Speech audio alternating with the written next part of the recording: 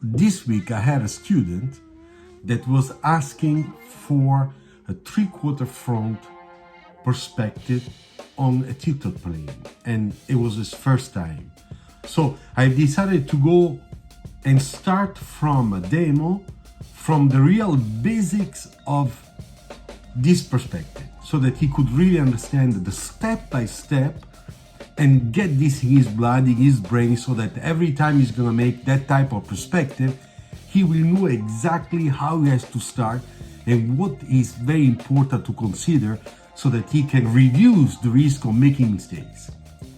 So you will see here just a small part, not everything, but a small part of one of my online lessons while I'm explaining the results of my demo and how important are some of those key elements that I will point out in this video. So please take a look and enjoy. All right, so now this is step one of the three-quarter front top view to learn how to make a car sketch. I will use those code colors to go again on what we did so far before we use this guide sketch to make a real car sketch in the same perspective. So the first thing we did, we made a very simple body of this car. We started with this body, this one.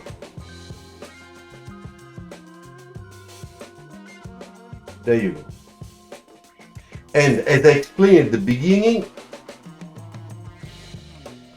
this body must respect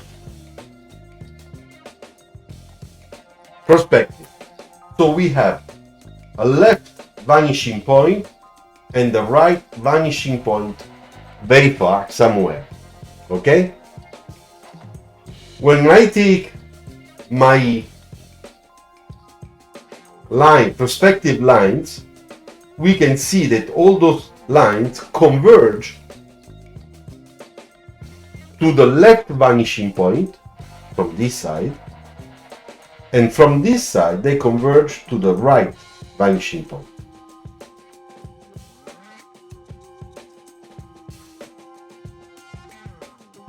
Alright, so we can put some arrows so that we see where they're going. Okay, this is very important because visually helps us to understand what we're talking about, because a lot of people get confused about it. And now the most important thing is when we put the wheels. How did we put the wheels? I repeat it again. The wheels have the minor axe that goes to the left vanishing point in this case, so the opposite of the side view. In this sketch, the side view is on the right side. Therefore, the vanishing points references for our ellipses to make the wheels correctly, the minor axe will follow the opposite vanishing point, the left one. Because of that perspective, because of this, there you go. Okay.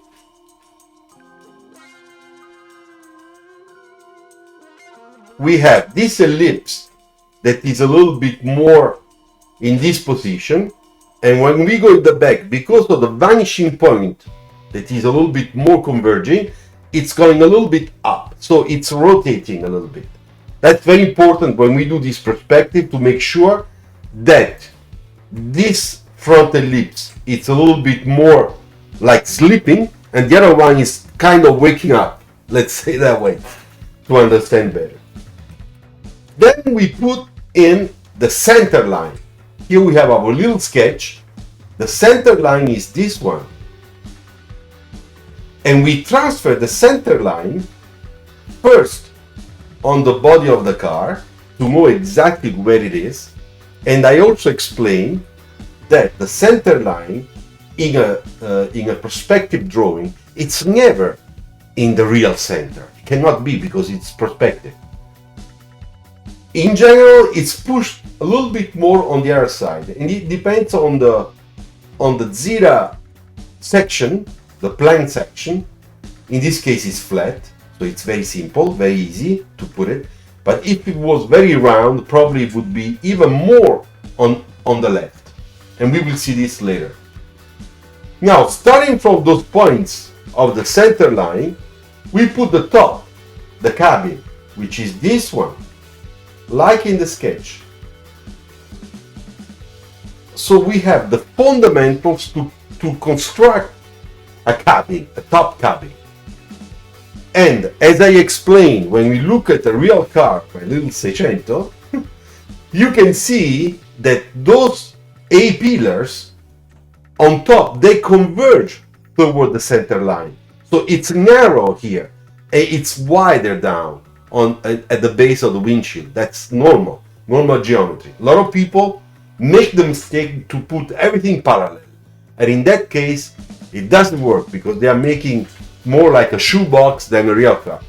So I draw those lines that we put like that and like this to show what?